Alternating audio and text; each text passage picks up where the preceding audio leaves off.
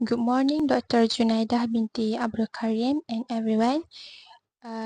We Group 9 K1 will be presenting our assignment for question 2 under the course MGM3143 Commercial Law.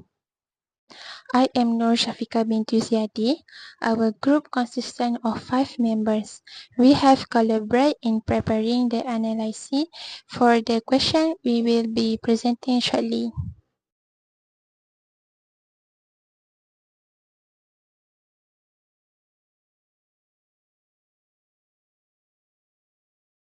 Salam sejahtera, I am Jacita anak Jeffrey with number matric S7143X. Today I want to present about legal issue and relevant legal principle. Okay, we start with legal issue. First, was Sam consent to the land sale free forgiveness, or was it a result of the economic risks? Second, does the infinite duration of the lease agreement between Sinobrat and Leong reduced it void for uncurtailly under the Contract Act 1950. Thank you. Relevant illegal principles. First, free consent section 40 CA 1950. For a contract to be valid, both parties must agree freely. If someone agree because of pressure, lies, tricks, or mistake, then the agreement is not truly free.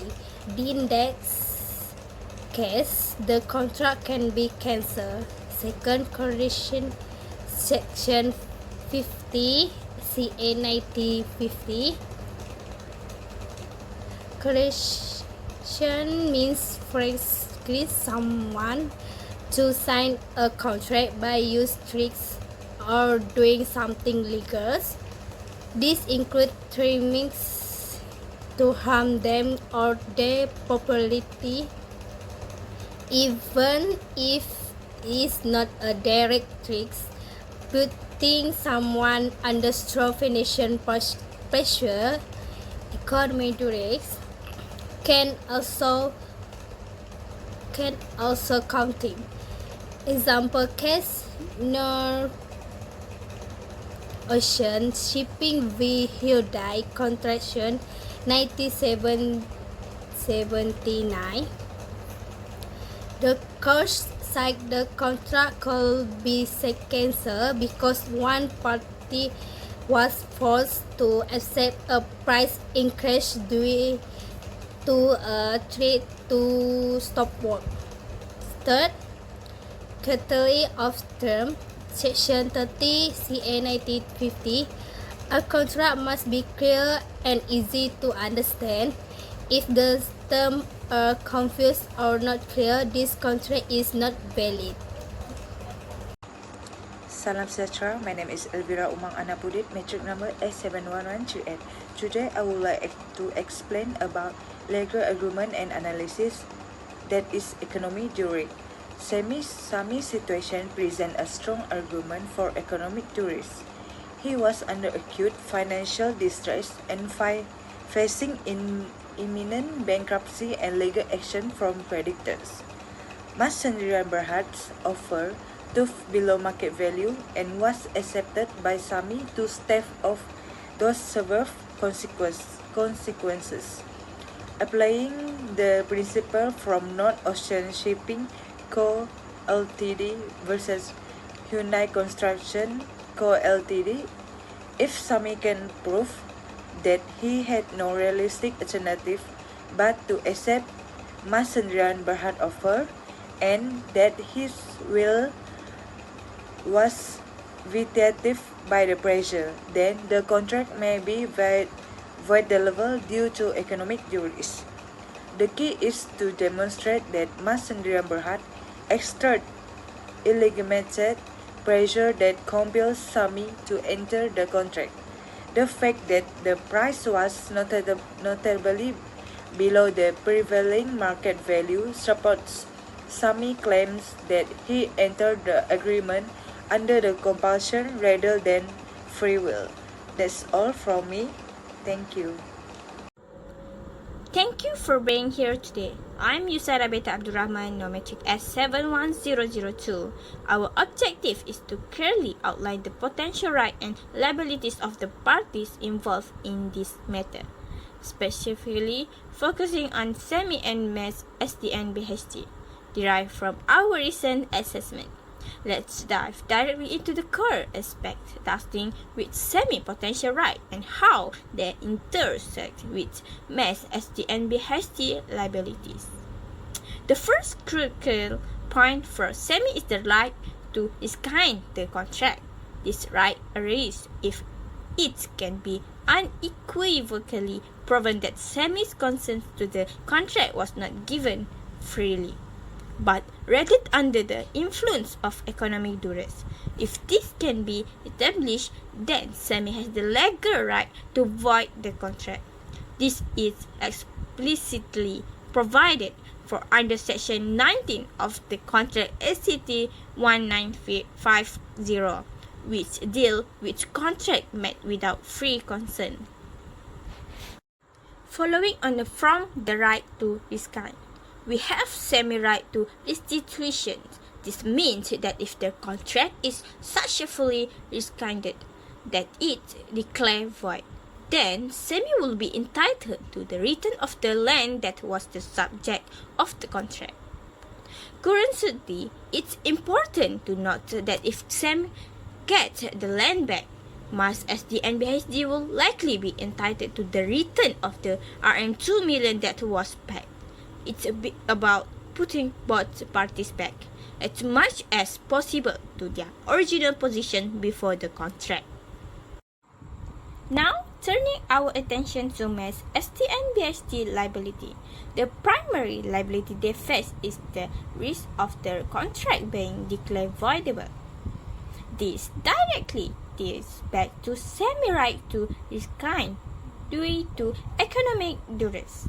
If SEMI's claim is successful, and then the contract is indeed declared voidable, then MES SDN BHD will be legally obligated to return the land to SEMI.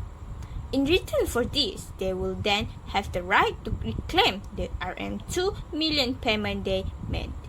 Essentially, their liability hinged on the validity of SEMI consents.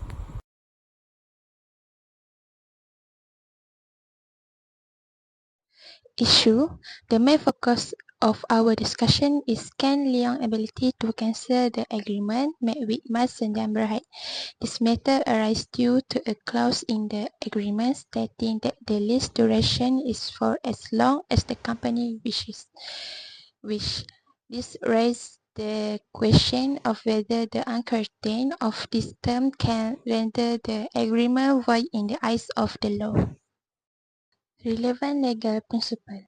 To analyze this issue in more depth, we need to refer to several relevant legal principles. The first and most critical principle is related to the curtain of terms as stipulated under Section 30 of the Contract Act 1915.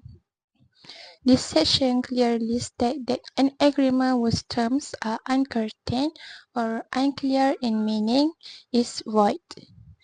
The phrase "for as long as the company wish" in this agreement directly creates an issue of uncertainty because no definitive and fixed lease period is established. For reference, we can also look at the case of Tan Swi Ho versus Ali Hussein Bors, which was decided in 1918.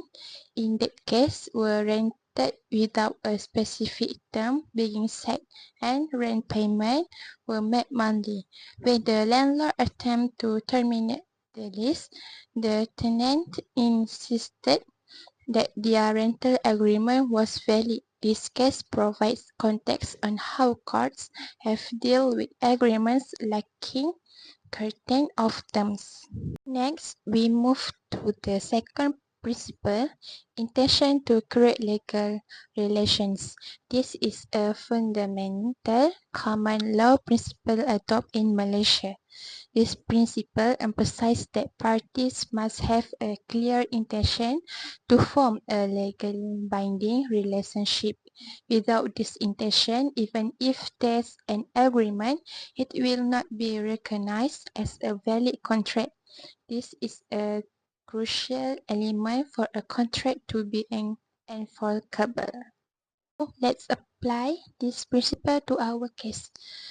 The lease agreement between Leon and Matt's neighborhood, with the clause for as long as it wishes, clearly creates legal uncertainty. This directly violates Section 30 of the Contract Act 1915, which states that uncurtailed agreements are void. This point is strongly supported by the case of the Lease versus Chandler from 1944, where a lease for the duration of the war was held void due to its indefinite term. Therefore, Leon would need to provide sufficient notice to lawfully terminate the lease. However, since Marsden Berhad pays Ringgit Malaysia 1,500 monthly rent, this agreement might be considered a periodic tenancy. The case of Prudential Insurance Co. versus London Residuary Body recognized that regular rent payment can imply monthly tenancy, which can be terminated with reasonable notice. Thus, Leon would still need to provide proper notice of terminations.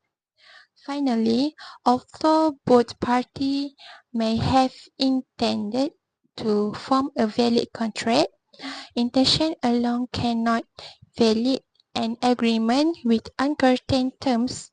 This aligns with the presumption recognized in the case of Edwards versus Kaiways, where intention alone is insufficient to overcome the uncertainty of terms. Okay, next for the application lease agreement Leong and Mas Sendirian Berhad. Okay, alright, and moving on to the lease agreement between Leong and Mas Sendirian Berhad. In contract law, a valid lease must have a definite duration, and this was clearly established is Les V. Chandler, where a lease for the duration of the war was ruled invalid because no one could know when the war would end. Similarly, in Prudential Assurance, the court held the lease without a clearly and that is not enforceable. So in our case, the lease says must Sendirian Berhad stay for as long as the company wish. This is a vague and creates legal uncertainty. Under Section 30 of the Contract Act 1950, contract with uncertain terms can be declared void. However, because rent was being paid regularly, the court might interpret this periodic tenancy like a month-to-month lease, which is legal, but still the original lease agreement itself would likely be invalid. Okay, for the lastly conclusion, land scale and lease agreement to conclude both cases. First, the land scale, Semi may try to argue that his consent was influenced by economic duress due to his financial troubles. If he can prove this, then the contract is voidable, meaning he could cancel the agreement and reclaim the land while returning the 2 million ringgit paid by Mas Sendirian Berhad. Second, for the lease, the clause that allows Mas Sendirian Berhad to occupy the premise for as long as the company wish. is most likely void due to uncertainty, and this made the lease unenforceable under Section 30 of Contract Act. But because loan accept rent continuously, the law may still recognize a periodic tenancy. In that case, Massenet Berhad could still stay, but only with proper notice before termination. Okay, last but not least, key takeaways, legal principle. So the big takeaways here are: contracts need to be based on free consent and must be clear and certain. If someone is pressured into signing an agreement, like through economic duress, it can make the contract voidable. But if the terms are uncertain, like a lease with no clear end date, it could be considered void from the start. So overall, this shows how important it is to ensure all contract terms are clear and that both parties enter the deal voluntarily. The law is designed to protect fairness in all agreements. Thank you. That's all from us. We hope this presentation has provided a clear understanding of the legal issue discussed. That's all. Thank you.